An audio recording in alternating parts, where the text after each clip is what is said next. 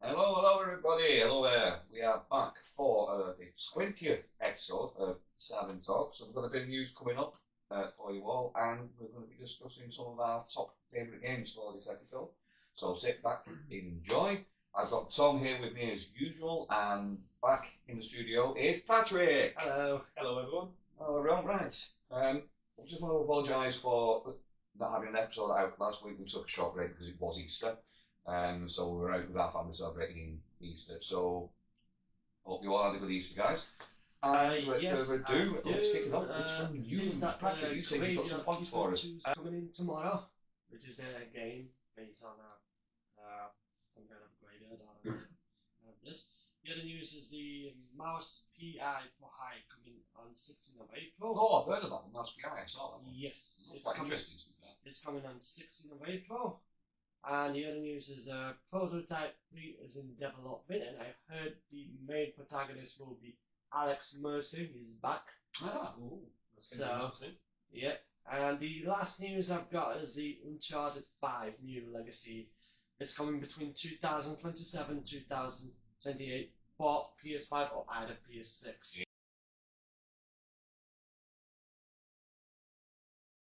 is this something confirmed or is it a rumour? It's just a Just a rumor. rumour. Just a rumor. Yeah, I heard the same rumour, so that's why I was asking. Yeah. There's rumours of another Uncharted floating around as well, like Yeah. in workplace.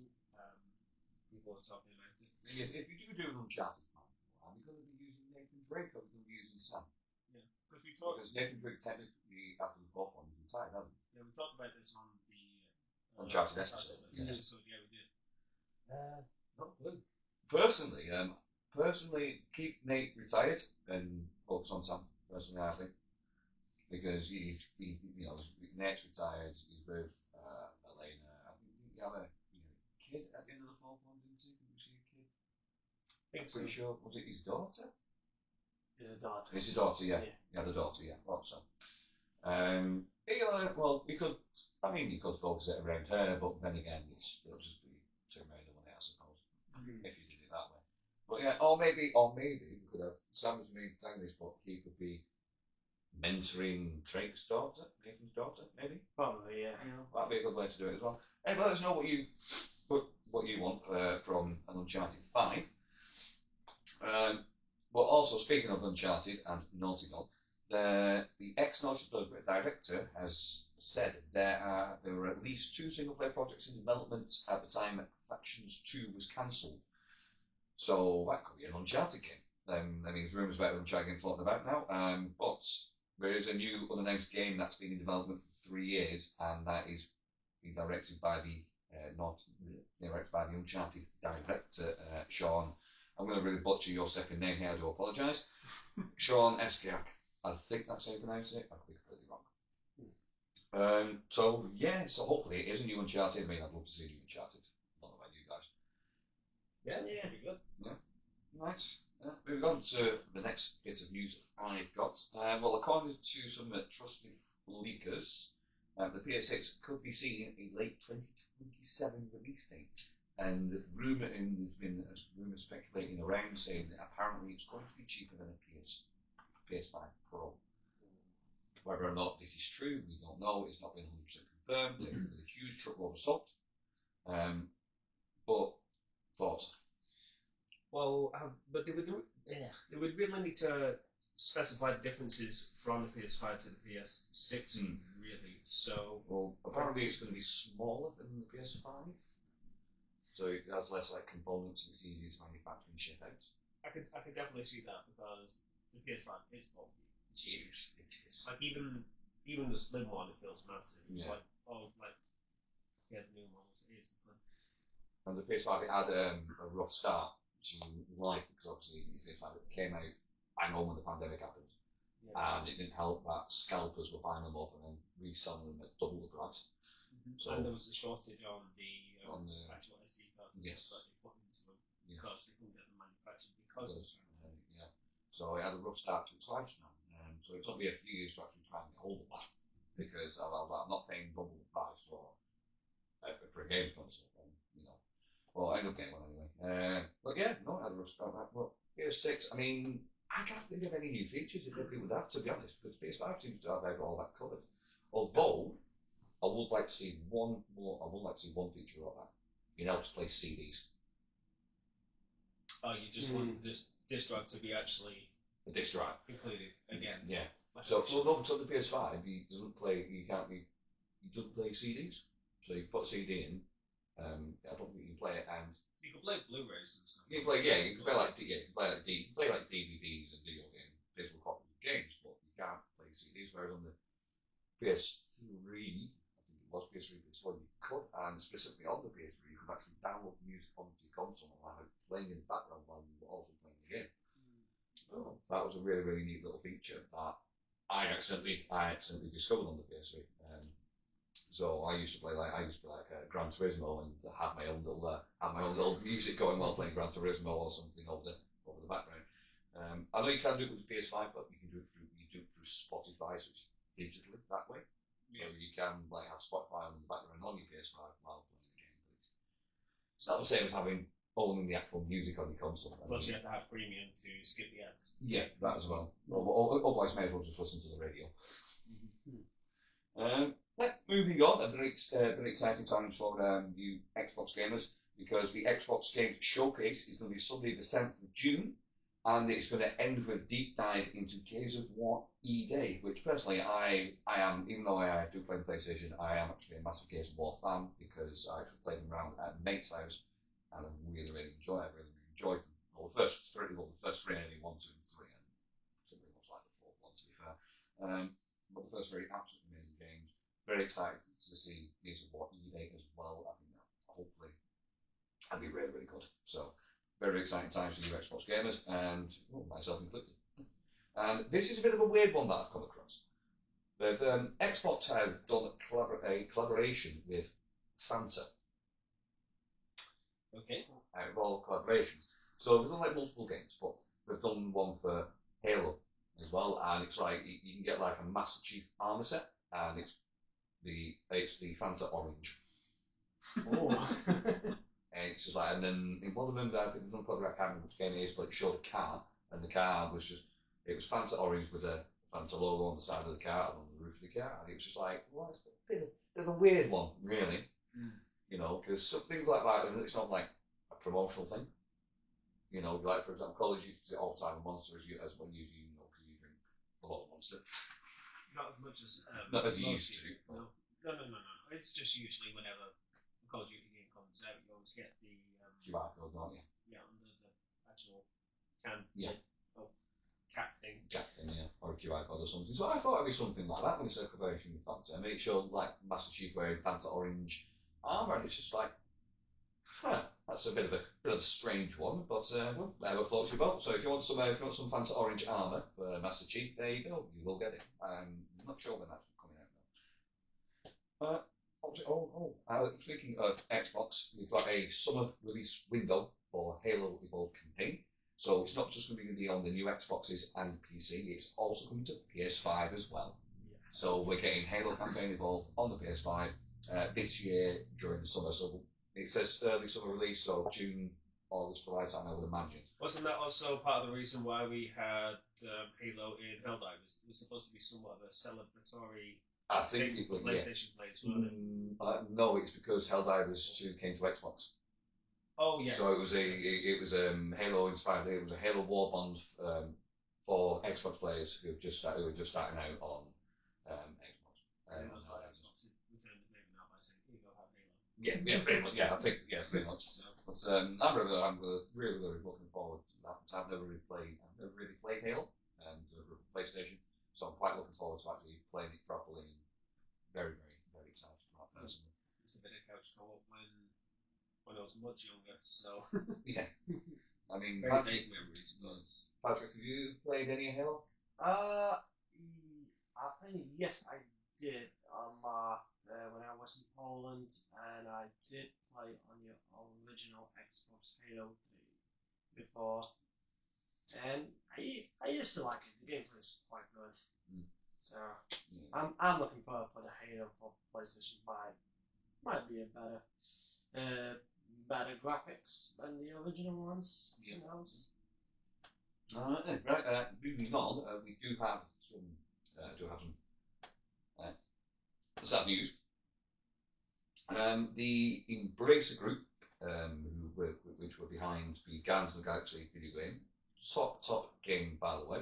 It didn't sell well though, because I think it was down to the Avengers game that came out. Not a lot of people liked it. I don't know why. I quite enjoyed it. I thought it was a fun game. But not a lot of people liked it. We were slagging it off, and because of that, the sales for the Guardians game was really low, despite it being a top game.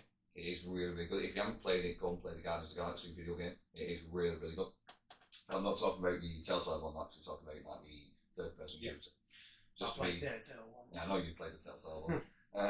But yeah, unfortunately, they have laid off recently 124 employees at Eidos Montreal, which has brought it up to about roughly 300 roles. So 300 people have been laid off since 2024 in total, which is quite sad because they did have a game like near completion, but instead of releasing the game, the studio director decided to do a tax write-off and lay a bunch of people off, which nobody still knows why he's done that. He said, if you released a game, it was a good game, you could have made the sales back. I know they have been supplying other games, so they supply the likes of Fable and things like that, and I can't remember what it's called, but there's one where it's on the ground, you've been shrunk and you're fighting against like spiders and ants in your background or something.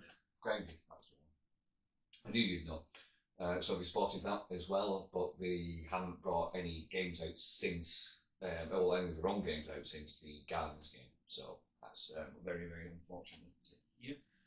But hopefully they can bring it back around and get another good game out soon. But I highly doubt it. We just don't, because there's too many video game studios being shut down this day and age, and I really hope this one doesn't get shut down. I hope they manage to bring it back in the ring. Because that Sony they've shut a lot of studios down. Ubisoft has as well. Laid off a lot of people and they have shut a couple of their studios. Talking about that. Yeah, so I'm just hoping it doesn't happen to another one. Anyway, right, moving on to some more juicy rumours now. I mean, I've got a couple of rumours here. I mean, you've already heard one of these because we spoke about it when you got here. So, if you don't know, there is going to be another Star Wars Jedi game. So, what the title is, we don't know. So, we're all just calling it Jedi 3 for now until we get an official title. But we could possibly be seeing a teaser trailer on May the 4th, which makes sense because it's Star Wars Day. Everyone speculates it's going to be Jedi 3 anyway. Yeah. Because I think Saber and all that, they've been very hush-hush about, like the Kotar remakes and things like that. And I think everything else has pretty much had its release date announced and all that at this point, like race and everything like that. So everything's kind of covered except for Jedi. It's like, okay, where's that game? What's it going to be called? What's I want to see where Cal Kestis ends up, especially at the end of Jedi Survivor. I mean, how many years has passed? Have you managed to create a safe place for Force sensitives? What's going on? When's it going to be set? Is it going to be set coming up to episode 4? Is it going to be set during episode 4? I mean, all the possibilities you can do in the timeline, especially the original trilogy around that time, is very, very interesting, especially when it comes to Force users, because the Jedi Purge and Order 66 and all that. So, what do you think? What do you think of this rumor? Do you think we could be seeing a trailer on that? Could be a single trailer. Could be. I think we definitely get I mean, it is believable, and I think doing it on May the 4th, doing it on Star Wars Day, I think that'll get hype it up and get a lot of people excited for it. I mean, a lot of people are already excited for it, but that'll just it would just be perfect if we release a teaser on May the 4th. It'd be absolutely perfect. But again, guys, it's just the rumours. Take it with a grain of salt. And moving on, I've got another rumour. Apparently, there are 2 Lord of the Rings video games in development. They're both going to be RPGs. But one of them is, you told me before, I can't remember the name of them. The one's doing 2 Minute Catalyst. Crystal Dynamics. Apparently, they're working on a third-person action RPG to compete with Hogwarts Legacy. Hopefully this is true, because I do want a Lord of the Rings RPG. Still not got around to playing the Golden game yet, but I will get ready to.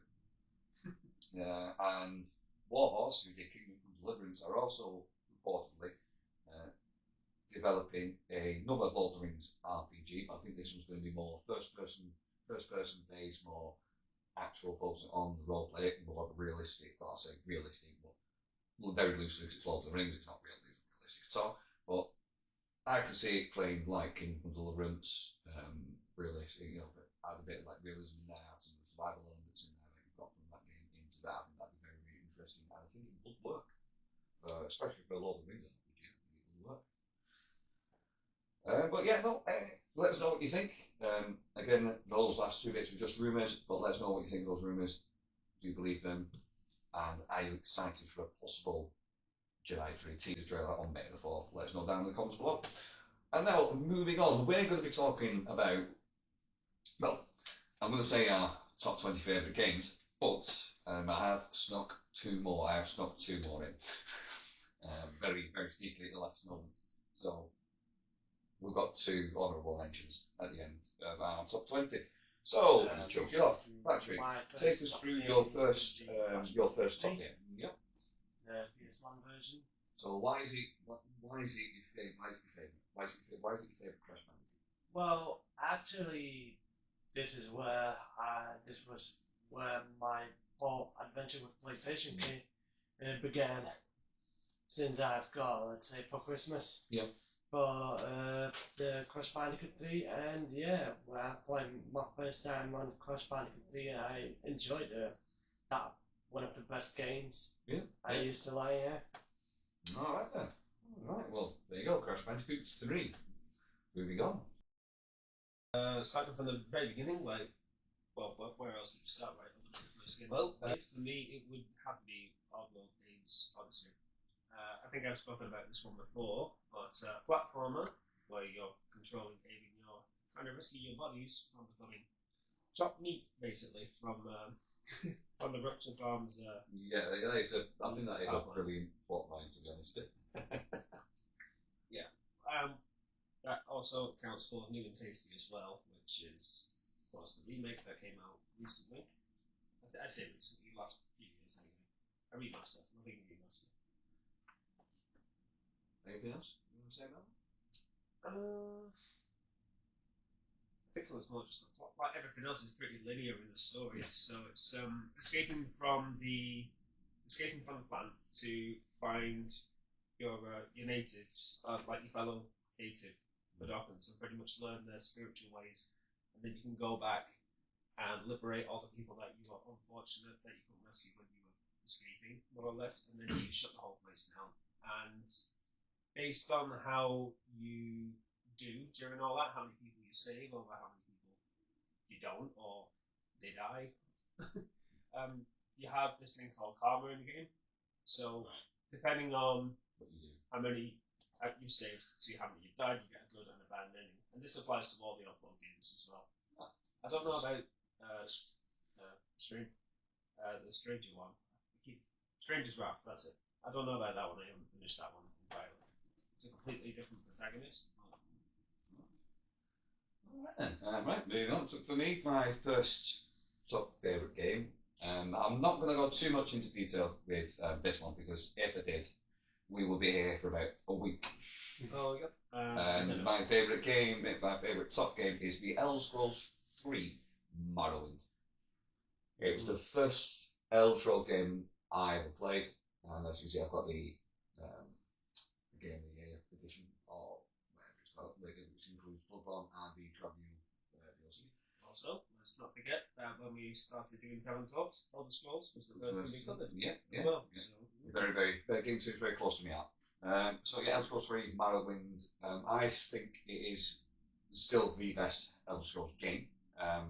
You can hate me for all you want, but that's my personal opinion, and I'm sticking to it because it was just so different. It's set in, well, obviously Morrowind, that's why it's called Morrowind, and it's just so different. You had like you've got like House Tolvani, they live in like giant mushrooms, It's just like the mages that live in giant mushrooms. You've also got More gritty Mushroom Kingdom from yeah, pretty much. And then the whole thing, obviously they have the whole thing. They've got an Argonian slave trade going. You've also got Vivek, who is like the hardcore god of the Elder Scrolls. I mean, he's that hardcore that he ripped off another god's penis and turned it into a spear. You can't get any more hardcore than that. And he also has the ability to change genders when he wants. And this was like early 2000s. So yeah, Vivek. If you want to know more about Vivek, just go and Google Vivek, Elder Scrolls III Battling, and you'll see what I'm talking about. I would love to go more into detail about him, but like I said, if I do, we'll be here for like a week. Because so much I can say about the Elder Scrolls. Your main character is you call him Nervering, well, you end up becoming the Nervering, so you get chosen to go to the Red Mountain and restore the heart of Lorcan. And then obviously, unfortunately, the Red Mountain erupts and it gets covered with ash, and that's why the Dark Elves migrated to Gaia, because it was closest to the border, and then obviously it goes like Solstheim, and you've got like Werebears and everything like that. And yeah, it's very, very, very weird but wonderful world, the Elder Scrolls. Absolutely love them.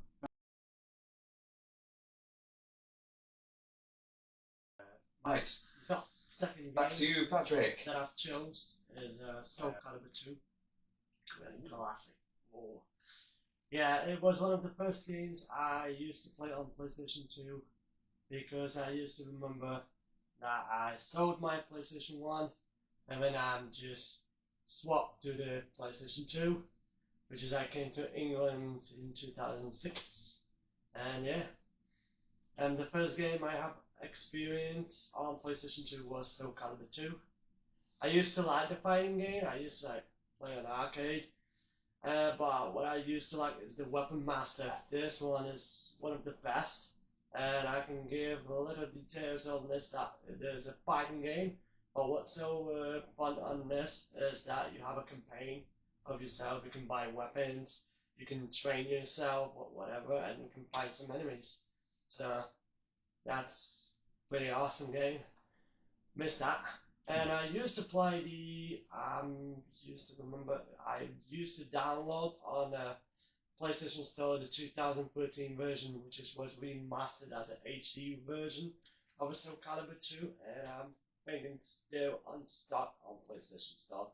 If you haven't played the Soul Calibur 2 before, then you can buy it on PlayStation Store if it's still on sound.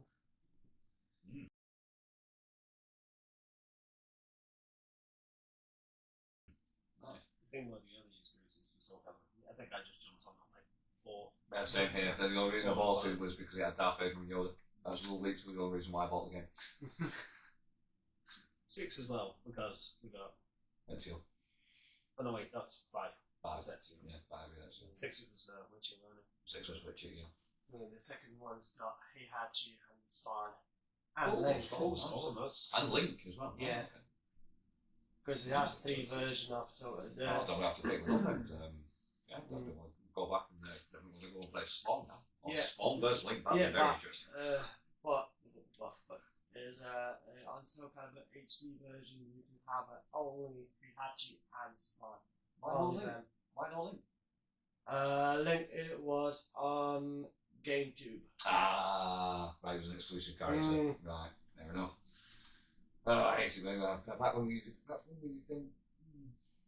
I remember back when we used to have exclusive characters. I mean, like talk on before we did the same, didn't they? So if you got it on PlayStation, you got Darth Vader. If you got an Xbox, you got Yoda. I mean, you can get them both. You can get both, but like depending on what console you play, you have to pay buy for the one. DLC. Yeah, you have to pay for the DLC. Yeah. So PlayStation paid for Yoda, Xbox paid for Darth Vader. Yeah, like same with X-Men Legends 2, Rise of Apocalypse. They have exclusive characters, like so they have exclusive characters on PC, they have exclusive characters on PlayStation, on Xbox, and the exclusive characters for PSP as well. So it was just like, if you didn't have, so for example, I never got to play as Sabretooth because he was PC exclusive, and I didn't have the game on PC, I had it on PSP, so I never got to play Sabretooth. which is gutting. It's one of my favourites. So yeah, if you're into games where you can Anyway, right, moving on back to you, Tom. I suggest giving this one a try, which is Killing Floor, or the Killing Floor franchise. I was specifically thinking of 2, but then I thought, it might be easier just to cover them all a little bit because they all are kind of the same, but they just take a step up every single time. It's definitely one of the more bloody and gory spectacles of zombie killing games that are out there, if not the most. So, in this one, you pretty much get dropped into a place based pretty much the same premise as every other zombie shooter, but you get player classes of your choosing, and you face off against a number of hideous-looking Zeds of different threat levels throughout a 20 missions, or you can even play an endless. With 20 missions, 20 waves, or you can play endless.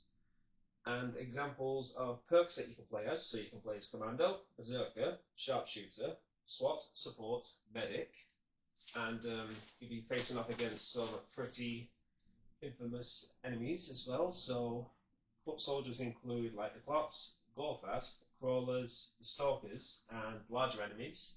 And personally, the ones I hate the most would have to be the Flesh Pound and the Scrake. Right, and why do you hate them the most? Because Scrake always has a knack for chasing me down in a massive play space with up to 8 other people, and sometimes even because on PC people have modded this game as well, so it can actually support lobbies of up to 60 players, and that's like hundreds and hundreds of zombies attacking you at once. And Scrakes always go after me. So I wonder why. I don't taunt them at all. Just a big guy with a chainsaw that's chasing me down.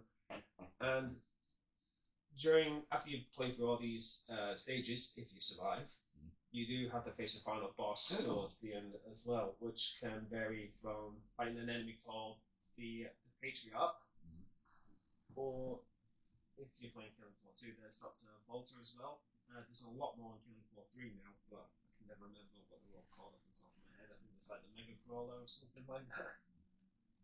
But I think this is definitely one I would recommend that we all try out as well at some point, because if you like Call of Duty, we all like playing Call of Duty, playing a bit of zombies, so I think playing this one would be really good. Just cutting down, cutting down enemies, and it's going to be a bloody spectacle listening to like death metal music. That's pretty much Killing Floor.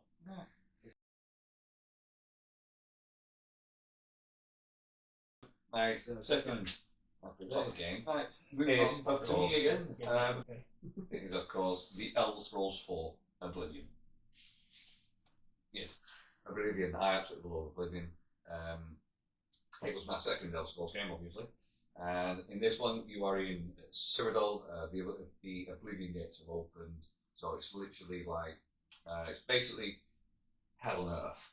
So you have like demons, and they're called Daedra, basically. They're invading land. They're led by Mayor's Dagon, who wants to invade Tamriel and take over Tamriel and everything. And you got to go on this quest to hunt down the Emperor's heir, or secret heir, and he's called Joffrey, I think, if I remember correctly. And guess who he's voiced by? I'm trying to remember if you told me this before. Well, the Emperor is voiced by Sir Patryk Stewart, and his son is voiced by none other than Sean Bean. And guess what happens to him at the end? He turns into a giant dragon, defeats Mayor's Dagon, and dies. Wow. So even in a video game, he can't survive. And in this one, I love the DLC. It's one of my favourite DLCs. It's called the Shivering Isles. So basically, you go to the Shivering Isles, which is the realm of Sheogorath, the Daedra god of madness. And he's obsessed with cheese for some reason. I remember you telling me this bit before. Yeah. So basically, you go and help him because he turns into Jigglyag, which is the Daedra god of order and chaos. Sheogorath's the god of madness, but the opposite person. It's just because every so millennia he turns into Jigglyag. Like how a werewolf transforms on a full moon. It's pretty much that, but with a different Daedra god. turns into a different Daedra god and completely destroys his realm and goes back. Now, I was trying to get out of Cycle for years. Nothing happened. Centuries rather, nothing happened. And you come along, you were helping, you defeat Jiglag, and then you practically managed to from the Shivering Isles, and then your character becomes Shagora. So you become the Daedra god of madness, which is absolutely brilliant. So, and there's a quest in Skyrim, which I will be talking about later. We'll be talking about Skyrim next.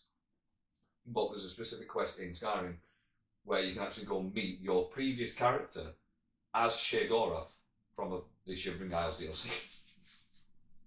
Because he actually does mention things that only that character would actually know about. And he even states he was there for the whole affair. Martin Septon fellow, Martin Septon, I think it was, not Joffrey. It was Joffrey. No, it was Martin Septon. Joffrey was the guy protecting. I got the names wrong. Yeah. Putting on your pitchforks and torches. I have realised. Got my wires crossed. Anyway, I was there for the whole affair, and then that Martin Septon turns into a giant dragon god, very unsporting.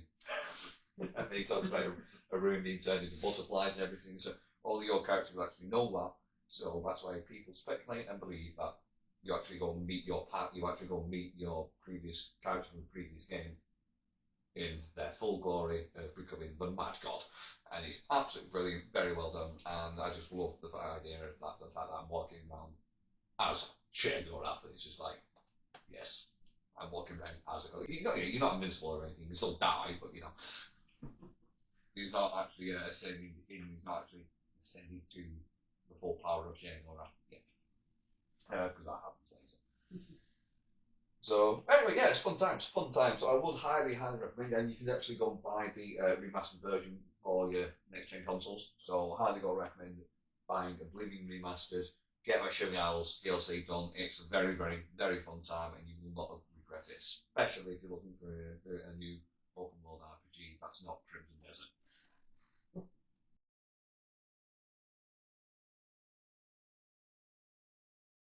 Right. That's all I'm hearing people talk about. Yeah, same here. I've still not got around to playing it, I've got it, I've not got around to playing it. Because I'm trying to complete my other games first before I move on to the next. Third back to you, game, Patryk. one of my top 5 I chose is Sonic Unleashed. God knows why. That because this is where my trophy hunting began. My first trophies, and yeah, the gameplay is kind of awesome.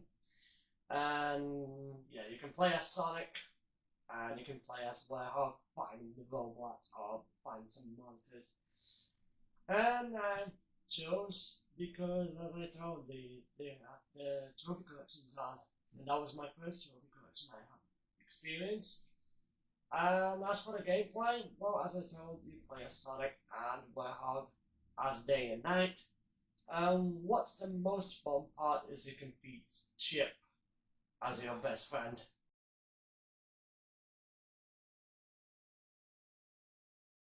I hated him. Yeah. I hated Chip. Yeah. He was annoying. Yeah, he's He was just like fun. to take him up. Also, I can give the details is one of my favourite parts in the Sonic Unleashed is where you have the challenge with the hot dogs guy. If you have not explained the hot dog challenges, then you have the specific levels, on 3 levels for each continent that you're going to visit. So what you get to do is just complete those levels, and then you get a free hot dog.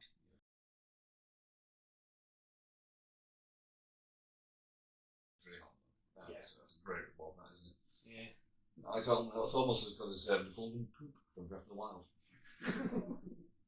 You gotta do all that, and you give them the golden So, stuff. my pick, we both played this because I convinced you to Right, back over to you, Tom. Convinced me to try it a couple of years back, but DayZ. Yes. No. Or DayZ. Okay, well, it's definitely, without a doubt, one of the most in-depth survival games going. Oh, it is. And would you believe it actually started off as a mod for Arma 2? Yeah,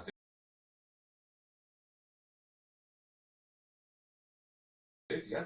Because I remember watching, I remember watching a video done by Soviet Womble, and he used to stream Arma 3, and he did a whole video on how Daisy came about and everything. So he did like a whole video series on how it started out because I think that was one of the first games. 2018 where Daisy actually I think it was only 1.0 update and actually became its own title. So from there to now, it's been 13 years, and that game is still popping up. Wow. Yeah.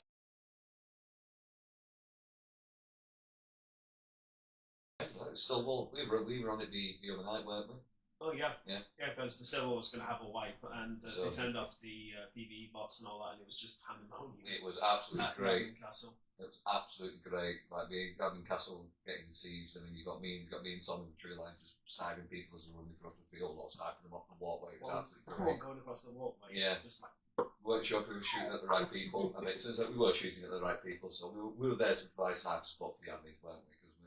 Because we'd help you out. We'd help you out quite a lot of gear on Daisy, haven't we? So we thought we'd go and back them up a little bit and give them some sniper support, and it was absolutely great. Absolutely great. It was such good fun. Yeah, because you're pretty much dropped into a post-apocalyptic world, and your only goal is to survive. You've got to worry about your hunger, your water. You've got to watch that you're carrying, like your carry weight, because it affects your stamina and stuff like that. Yeah, you've got to watch. You've got to watch if you're hot or cold as well. Yeah, temperature. There's also illness. A number of illnesses, so you have to pay attention to your symptoms to be able to figure out, okay, I've got this, and then you've got to go find like your supplies and stuff like that. Yeah, you've got manually load your magazines as well. Oh yeah, there's nothing in Daisy is supposed to last without like being maintained or properly cared for realistically, because obviously you get attacked by zombies, clothing gets torn, you need to sew it back up again. Car gets damaged, or like the car battery runs out, you need to manually replace that stuff. Building bases, it's a lot of manual labour. Yeah, it is worth it, especially when you've got like a nice big finished base. It is absolutely worth it. It does feel really rewarding, and there's always like something with Daisy. It's like there's just so much in your head that you feel like you have to keep on top of, but after a while it gets natural in your head. You're like, okay, I need to do this. Got all these bullets. Oh, these bullets are damaged. Don't put them in your gun, because you load them into your gun. If you fire your weapon, it's going to jam the gun. Yeah. So, I learnt out the hard way with this, because especially with food, because food goes off, doesn't it? Yeah. And I think it was a can of it was like unknown food. So I was like, oh, food, I'm hungry, I'll eat it. I ate it, and I immediately started vomiting and I got food poisoning. So yes, I learnt that the hard way. So the character was just there vomiting on the ground straight after it. I'm like, maybe that was not a good idea. And I also had a very, very bad experience in Brenner. Yeah, this is when we literally got you on for the first time. Very first time, playing Daisy, and there chilling, waiting for Tom to come and find me. And his car pulls up. And at first I thought it was Tom, because Tom said he was in a car. I was like, Tom, is that you in a car coming up? No. And then these two people get out. And they're like, oh, you knew, I'm like, yeah, I knew, yeah. And obviously I've seen people play Daisy before, so I was not trusting them at all. I was like, yeah, I'm just waiting for a call, waiting for a couple of my friends. They're currently on the way to Brennan now. And one of them went, you don't have any friends? I'm like, yeah, I actually do, they're literally on the way. And like, yeah, but you don't have any friends, do you? I was like, why would I say it if it wasn't true? Just anyway, anyway, moving on, they gave me a choice. Get in the car, come with us, or die here. And I was just like, well, I ain't getting, so I tried running off. They managed to like get me, bind me, and then properly execute me. So we bound my hands and then shot me in the back of the head. And yes, that was was not a very good experience for your first time, especially when you don't know what you're doing. All the time, I think once you actually got into the safe space, like once we got the base going, you pick things up and you learn as you went. Yeah. Daisy is one of them. To learn it, you got to play. Yeah, especially like the crafting as well, because that massively helps with your survival. Like you could be like, there's so much you can craft in Daisy. It's crazy, because you could be an experienced player like myself, and then you can be like, oh wait, I didn't know you could actually do that. Like you can craft something for a certain scenario. I do have a couple of examples. So, like 4 pelts, a rope. You can combine them together to make a fur carrier bag, and with a few more sticks, you can make that into a fur backpack, stuff like that. Another handy one, which I wish I knew for when I started, was bones and striking 2 bones together. You can actually make like bone knives and stuff like that. Oh, right, okay, that's pretty cool. Knife. So if you kill an animal, but you haven't got a sharp tool or anything like that, you can make knives out of bones and stuff like that. And if you combine like a sharp weapon with a bone, you can make fishing hooks, so you can go fishing. There you go, easy food if you make a simple fishing rod. Another handy one, metal wire with sticks. You can make snare traps. And one last one, plastic bottles. So empty plastic bottles, combine that with duct tape, put it on the end of a gun. You've got silencer. Suppressor, yeah. Like, so many things you can do daily. Absolutely. Yes, I have something to mention Skyrim before, so it's Elder Scrolls 5. Back to me. Skyrim, my top third game. This is just going to be something Elder Scrolls again. I'd be thankful I didn't do all of them. Otherwise, we'd be here a lot longer. So Elder Scrolls 5, Skyrim. Absolutely love that game. I've got it on. I've got it on pretty much nearly every console I own. So I've got it on PS3. I've got it on PS4. I bought the anniversary update for the PS5. I've got it on PC, and I even went and bought it on Xbox One when I got an Xbox One, purely to experience like mods and stuff like that. So I got the PC version after I got the Xbox version, because with the PS5 version, the mods are very PS4, PS5, the mods are very limited what you can use. Whereas with the Xbox, it's basically whatever mods on the PC you can pretty much use on the Xbox version. So it's a lot better experience if you do want to use mods. You just recently started to get back into Skyrim, haven't you? Yeah.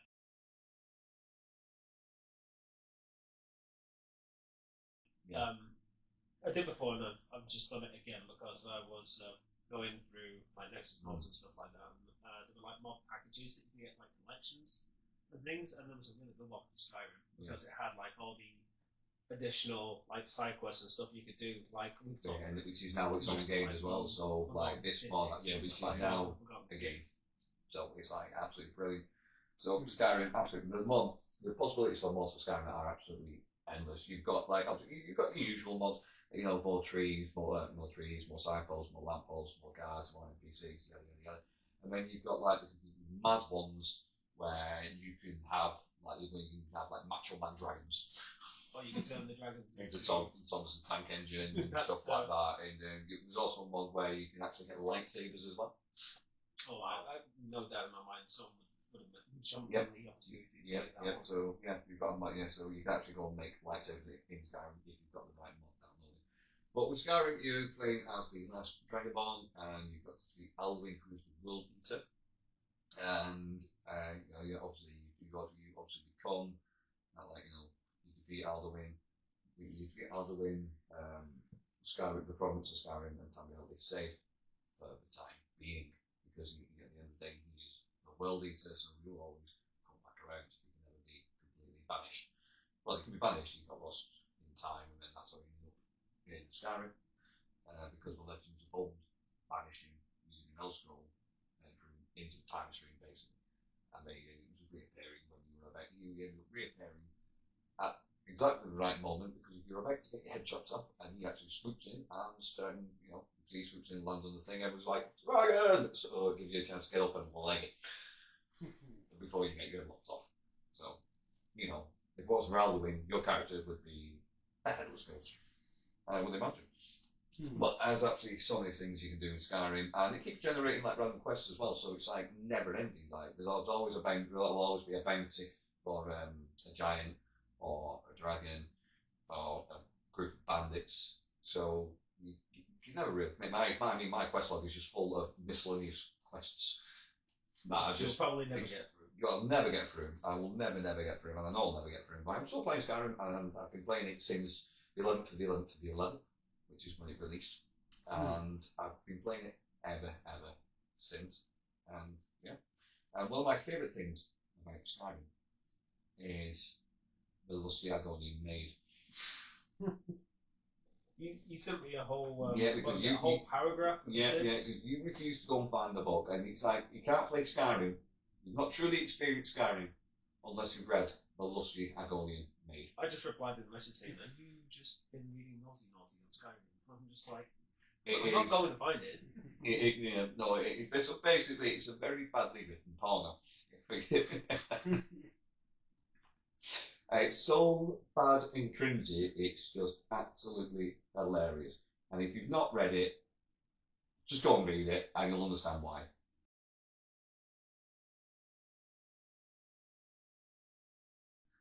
So yeah. You literally just posted the whole thing to me over Messenger. Oh, wait till I show you the fan art. Right, one of the top. Right, Patryk, back to you, my friend. I chose in number 4. I chose, as I'm gonna surprise, I chose the Undertale. Yeah. It's one of the PlayStation 4 games, and it came out in 2017, and it's one of the 2D layout games.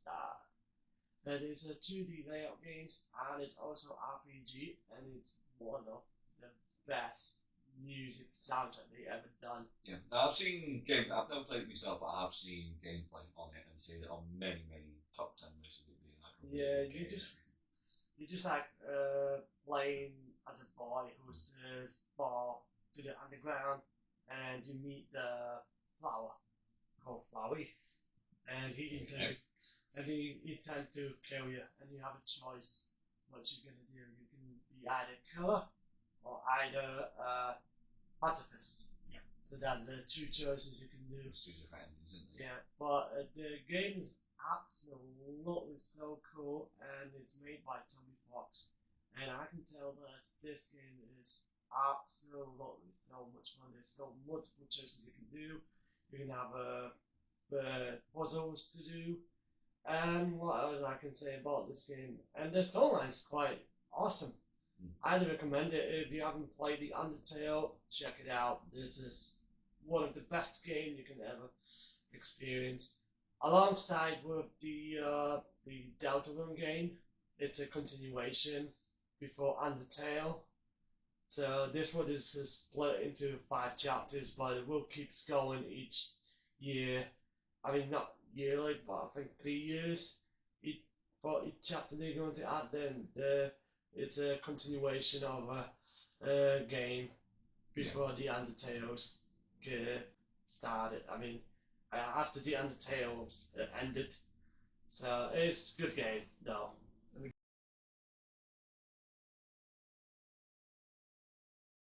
Characters are so memorable throughout Undertale as well. Like, you always know about a lot of the main protagonists, like protagonist characters, like the monsters, like Sans and all that. Like, you always see people talking about it. You see them pop up all over like game culture and stuff like that as well. So yeah, happy days. Well, I've never personally played it, so but I have played it. I've seen gameplay of it. I've seen it in like so many top 10 lists. So it's just one I've not got ready to play. Well, here's one that you and me both played. Anyway, right, moving on. So take us through your next game. Of a narrative-driven game it is Cyberpunk 2077. Yes. Absolutely brilliant game. I mean, we both know, everyone knows there was issues on launch day. I think that's also part of the game's charm. What made it so memorable and hilarious, to be honest. Now, looking back on it, because I never had these issues, but looking at other people's like experiences.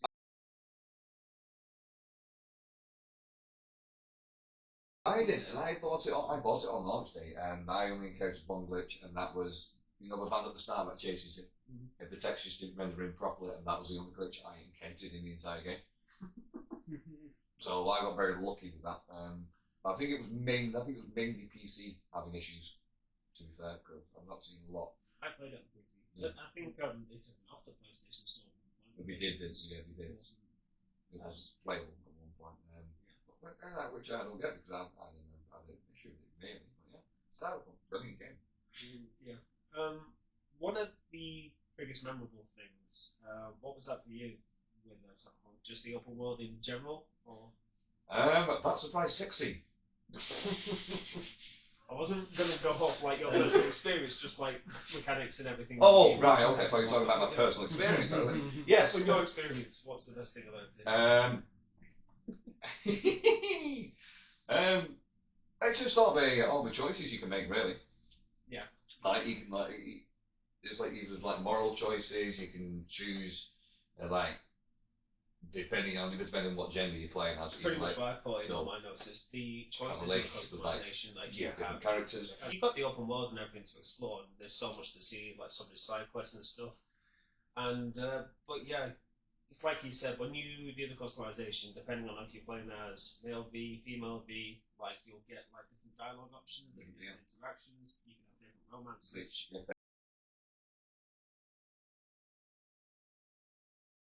affects like the ending of the game as well, and that also affects like what you start off as well. You know, so you can start off as like what is it, a businessman. Yes, corpo, street kid, and nomad. And that, as well as how the game starts, that also does have implications for like when you're doing interactions or dialogue options as well, because you're like, oh, I'm an expert in this field. Yeah, because it'll say, for example, if you're playing corpo, like I did, I went through corpo. Some options which like say brackets corpo for like certain dialogue options. So I imagine it would be exactly the same if you played a street kid or nomad. Yeah. But yeah, I really do want to do a nomad playthrough. Yeah, I still need to do nomad. I did street kid first, then I did corpo second, which is one that I was currently doing. Nearly got to 100%, but I'm also now doing the Phantom Liberty expansion on that character. Yeah. I've not done nomad yet. And how many different endings have I got? Because there's a few. There's multiple different endings. I think, well, the first one I did 100% and I got the hopeful, happy-ish kind of ending. Yeah. Which one did you get? The one where V's dying and Judy just takes off. Oh, you're going off to... And then end up going to space, yeah. Yeah, mine, it ends with Johnny going, so V stays. But during the actual siege on Arasaka Tower, you acquire the help of the Nomads to help you go in, instead of going to like Rogue. Yeah, I went to Rogue, I let Johnny take over and went to Rogue. Yeah, because in that scenario, V is the one that takes down Adam Smasher. He kills, what's his name? The guy who rescues Scorpion, is he called? I think so. Yeah, he's the one that doesn't make it. Adam kills him. But you go in, Johnny goes, V stays. You're still dying, technically, you've still got 6 months to live, but it ends in a hopeful way whereby you go with the Nomads to leave Night City to try and find a cure or find someone else who can help you elsewhere. And because I was playing as female V, Judy goes with you as well because she was talking about leaving. Yeah. So all of you collectively go and leave Night City. And I think that's a beautiful ending. Yeah. So my knowledge bit is an ending where V actually does get the cure. Oh, nice. Oh, I'll try and get that one. I believe it is in Phantom Liberty, so okay. But there is a catch. Of course there is. Always is. Also, with the customization options available to you, what did you go for in terms of like specialty? Like, because you're cyberware and all that. I think it was mainly like hacking. Yeah. So I could like jam turrets and things like that, and overheat guns. What was the term called? But like a net splice or something. Yeah, something like that. That's why I went for it. Netrunner, I think it's Netrunner. Yeah, Netrunner. That's what I did. Yeah. I just find it very satisfying, like overheating somebody's gun, and then you try and fire it, and you're like, ha, blank. Yeah, Netrunner's definitely the corpo. When I did really good. Like hack like the turrets and turn around turrets against them and things like that. I think that's brilliant. Yeah, when I did Street Kid, I just went for like the gorilla arms. You know the ones where you can literally just brute force them, shove it up and then everything. They're amazing. You can literally like one punch in someone's head, would just blow off. Yeah, I put most of my points into dialogue, into like persuade, intimidate, things like that. Just so I could talk my way out of situations. And I'm going to give moving on from quick mention to again. Well, a game that came out many years ago on the PS3 called Spec Ops: The Line. Oh, I know this one. Patryk, you know that one very well, don't you? You know, Spec Ops: The Line. It is a very, very good game.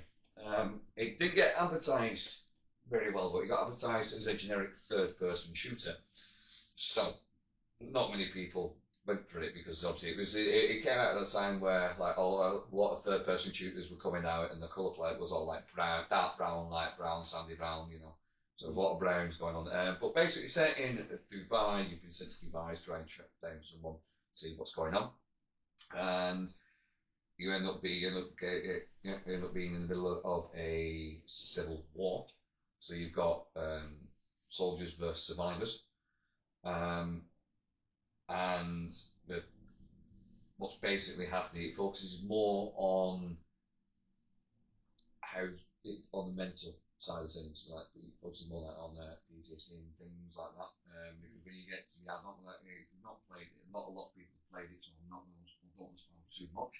But everything is pretty much explained at the end, and you have like multiple different endings that you can choose as well. But it turns out like this guy, the Captain Walker that you're playing as, he ends up like hearing voices or like hallucinating things and things like that because he's under so much stress and so much pressure with what's going on, and he has to make like really, really hard moral choices.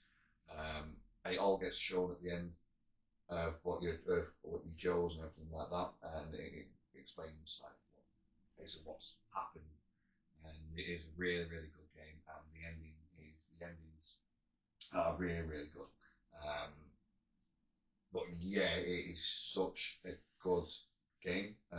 If you and it does, like I said, the gameplay itself isn't that solid. It's more the story that's the focus point. The focus point of this game. And if you've not played it, you need to go play it and experience the story because it's such a good story. It really is. It's one of the best third-person shooters I've ever played. You know. Well, I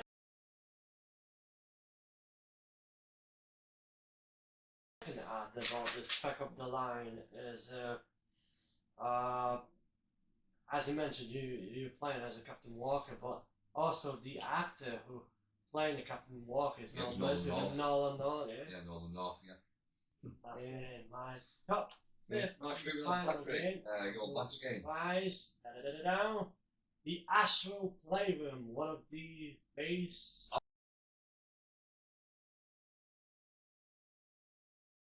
I'm surprised you chose that, to be fair, because it's more like a demo of what the PS5 Not really a demo. do I rather can than explain an that. actual game. No, not demo in a demo. It means it's there to show off what the PS5 can do, what it's capable of, and things like that. Yeah, I chose that game because what can I say? It's a short game, and you play as an Astral. I've not actually done the playroom, so no. Yeah, so you play as Astral. It's basically a platform, very fun game, and you find a lot of Easter eggs on here. What you're gonna find is some kind of artifact based on a PlayStation, like a memory card, anything that consists on PlayStation. So wherever you find it, you find it. But also, what's so much fun on this is very short platforming game. You collecting coins. You just like playing with Astro, and also you got some 2D games as well. And also you got some special effect where you like holding your DualSense on this. And what can I add on this game is it's a very short game, so much fun and humorous. Yeah.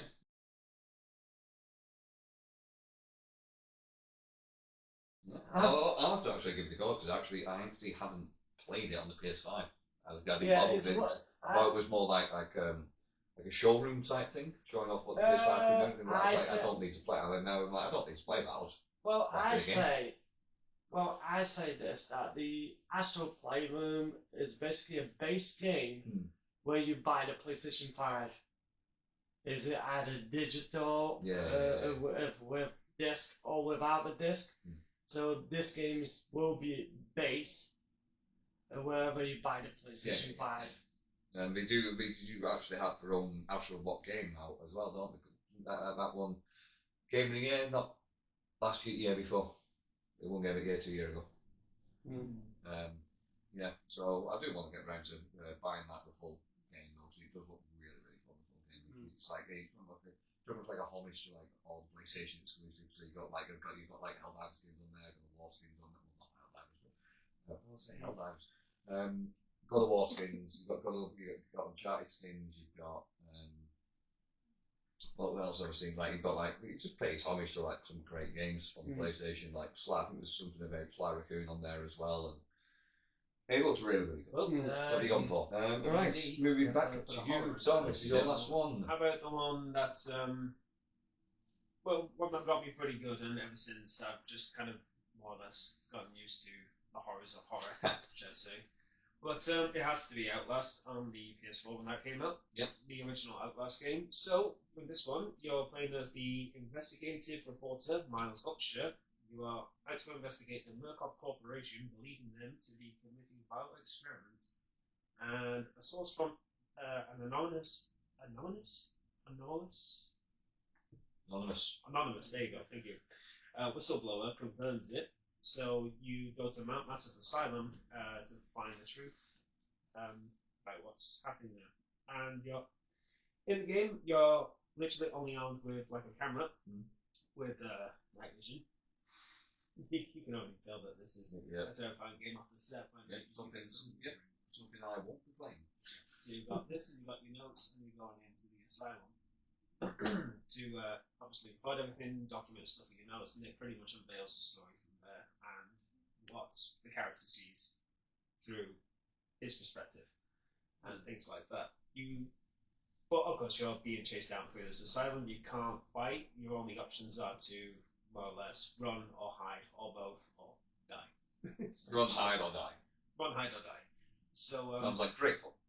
yeah, a few notable enemies that are in there is a creature that looks like a supernatural entity, which is called the War Rider. Other notable ones, which are like Chris Walker, which is like a big guy who likes to pull people's heads off. So, Oh, wonderful. Yeah, definitely keep running. Sounds like it'll be fun at parties. Another pretty crazy one, which I thought was quite disgusting when I saw this the first time, was actually, I can't remember if he's called the Doctor or the Surgeon, but more or less when you get captured by him, you escape from pretty much being killed from a bunch of inmates. You go down like this laundry room, and when you come out, the surgeon knocks you out, throws you in a chair, and takes you to a bathroom, which he calls his surgery room or whatever else, and with a big pair of like long surgical scissors, which are like that, massive. Wow. Okay. He starts severing your fingers off. Oh no! And you're physically made to watch No. that without cutting away or anything like that. Oh no! Ugh. And you escort out, and then you have to escape him, trap him in an elevator, as it's like it's ending. So bye bye him. And of course, this game does have a DLC, so a couple of the enemies that I'm about to mention are from that as well, which is the Cannibal and another enemy called Lost Skin. Yeah, Lost Skin. They're all weird. Well, Lost Skin especially, and I don't know if it's suitable to really talk about what he gets up to. You'd have to. Well, you're not going to play it, but if anyone that wants to really, really know, yeah.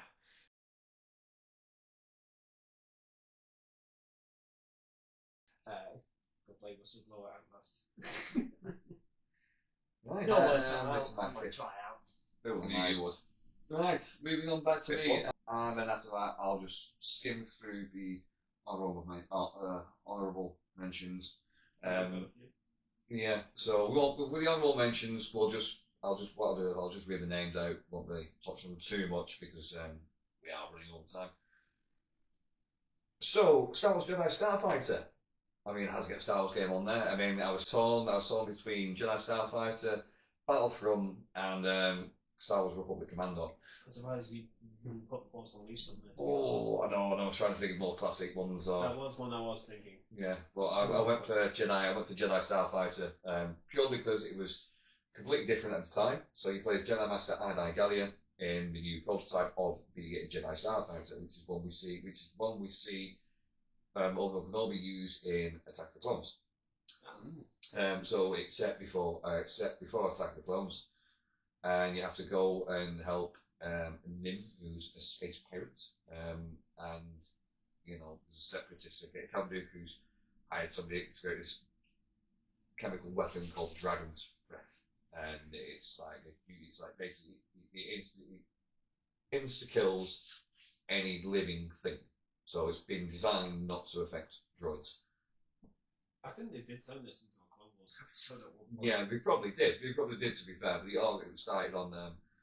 It started in Jedi Starfighter, and it was called Dragon's Breath, or well, it was nicknamed Dragon's Breath, but I think it was called Hexcon. The full name was Hexcon, but it got nicknamed Dragon's Breath. And we tested it on this little village. So you've got to try to shoot down these. You've got to shoot down these missiles, protecting this village and everything like that. And you've got to go help Nim and all that and everything. And then you end up coming round to being called back by Mace Windu to go and help rescue Obi-Wan Kenobi in the Geonosian arena. So you actually get to land and give air support to the clone troopers as they're marching through the Battle of Geonosis, and it is so great. And you can actually do dogfights in that game as well, so you can do two-player co-op. You can do two-player co-op mode, or you can do dogfights as well, but you can play as like Red 5, you can play as a TIE Fighter, you can play as a Republic gunship, you can play as Slave 1. Yes, I'm still calling it Slave 1 because that's the name of that's the name of Django's ship. It's Slave 1. Just thought I'd get that out there. And you also get players like, other ships as well. I think there's a Y-Wing in there as well, I think.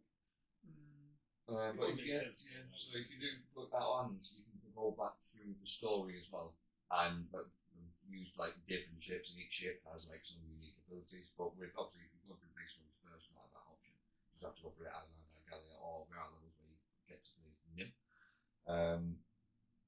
And the guys are all force abilities, and you can actually use force lightning in the cockpit. So you focus on an area, and it electric short circuits as many ships in one focused area, and then you can also like activate like a force shield and things like that. It's really interesting. It was so different at the time as well. Whereas most of the Star Wars games were all just like ground battle combat, whereas this was purely in Starfighter. You can't get out of it at all. Yeah. Well, apart from you do see them get out of the Starfighter, but back in the cutscenes. Really fun game. If you've not played it, I recommend go try and find it. Go and play it. I think it is on the classic. I think it is on the classic collection games catalog, actually on the PlayStation. So if you do have PlayStation, I could be completely wrong, but I'm pretty sure I saw it there. I don't know if it's still on there. So go and play it. Right.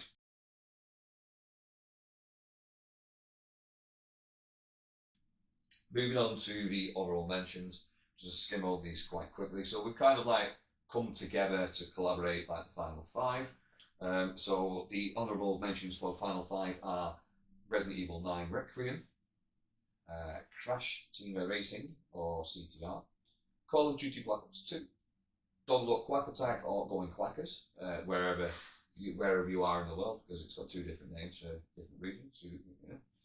Call of Duty World at War, both campaign and the Zombies mode specifically. The Outer Worlds, because that's absolutely brilliant, it's basically Fallout in space. And the last honourable mention is Helldivers 2. Dun, dun. Right, moving on to Mikey's mind, let's wrap this up nice and quick. So, let's get started. So, Sega Saturn or Sega Mega Drive? Mega Drive, okay. The N64 or the SNES? N64. Original Xbox or original PlayStation?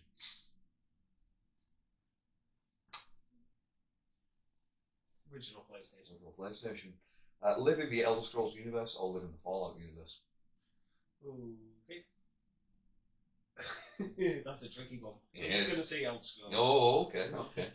There's a tricky And one. the last characters in the video game you played are planning your wedding. How does it turn out?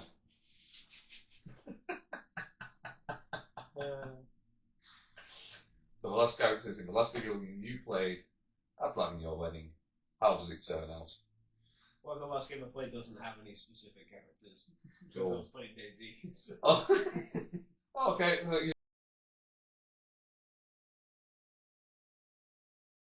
You're just yourself, then, aren't you? You're alright, you're safe. Apart from maybe someone dead turning up. I just had a wife, I had to build my base, so I was just there hammering away at the base this morning. Sega Mega Drive.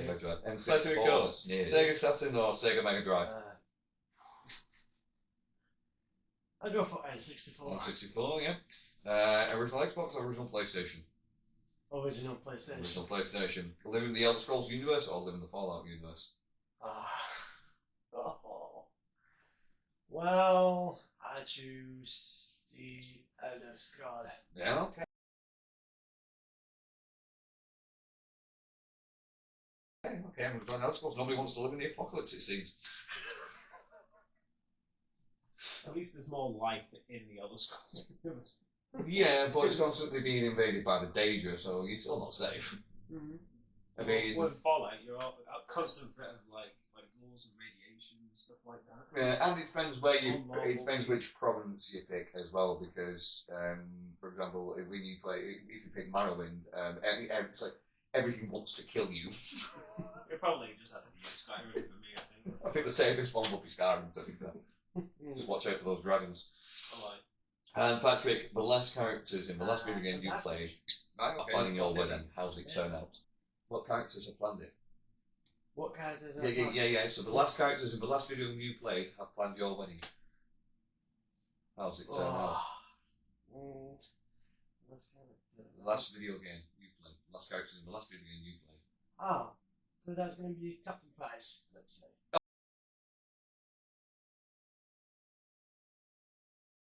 Oh, so you've got Captain Bryce on there. You've got what? Task 141.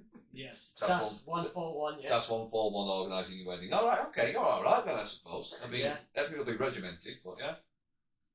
Yeah, and yeah, all right. Your turn to ask me. Who's your best man in that scenario? Let's think it now. Ghost. Nice.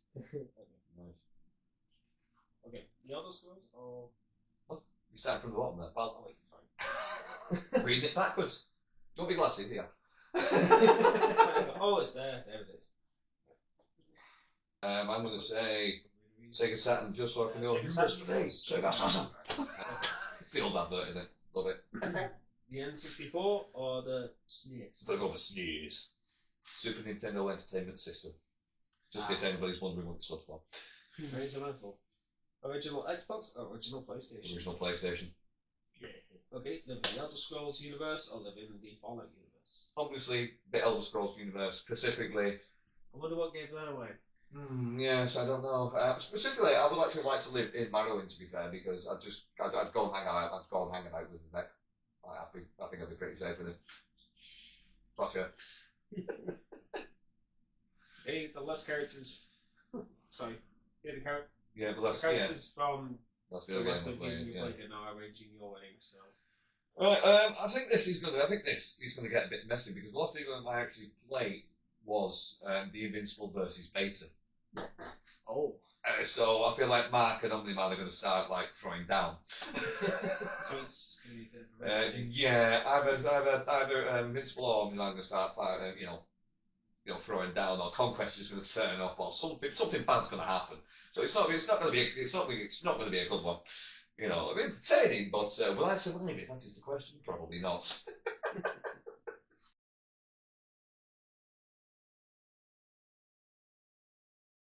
And as always, thank you so much for listening to the Ramble. I know we've gone over time, but we did have a lot to talk about. Would it be the 20th episode or not?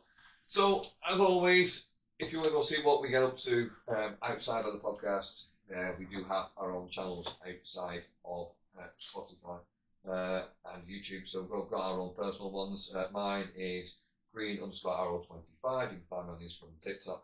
And you can also find me on Facebook as well. Instagram X, you can find me on Instagram, TikTok, and YouTube. And obviously, if you're watching this on YouTube, we are at the Gamers Guild 25 on YouTube. If you're listening to Spotify, on Spotify it is Tavern Talks, Gamers Guild on Spotify. But on YouTube, we've got some of our past live streams up there, and we've got a couple of YouTube shorts up already as well, and we've got some more in the works. I know you've got some more in the works. I've got some more in the works as well. I'm just away from home at the moment, so not able to work on them yet. Yeah, I haven't managed to work on mine yet because I've just been working. We went out last night. So, but as always, let us know in the comments what your choices were for Mikey's mine. Go play it with your family. and we shall see you in the next one. And before I forget, I actually didn't really forget then. We do have our own merch up now. That is why I am wearing this shirt. Take me to the tavern. So what we'll do is we'll post a link for the merch in the description of the episode, and if you want to go and have a look at the shirt, we've got shirts on there. We've got mugs, phone cases, pillows. So go and take a look. Have a gander. Grab what you fancy, and hope you enjoy the little merch. I mean, I for one, I'm loving this shirt. I mean, these two geezers still haven't got one yet. I'm very disappointed. Very, very disappointed. We had 2 weeks to go and get one. We didn't. So very, very disappointed in it. All right. Until then, cheery dine, cheerio. See you Try again in English. See you in the next one, everyone. See ya.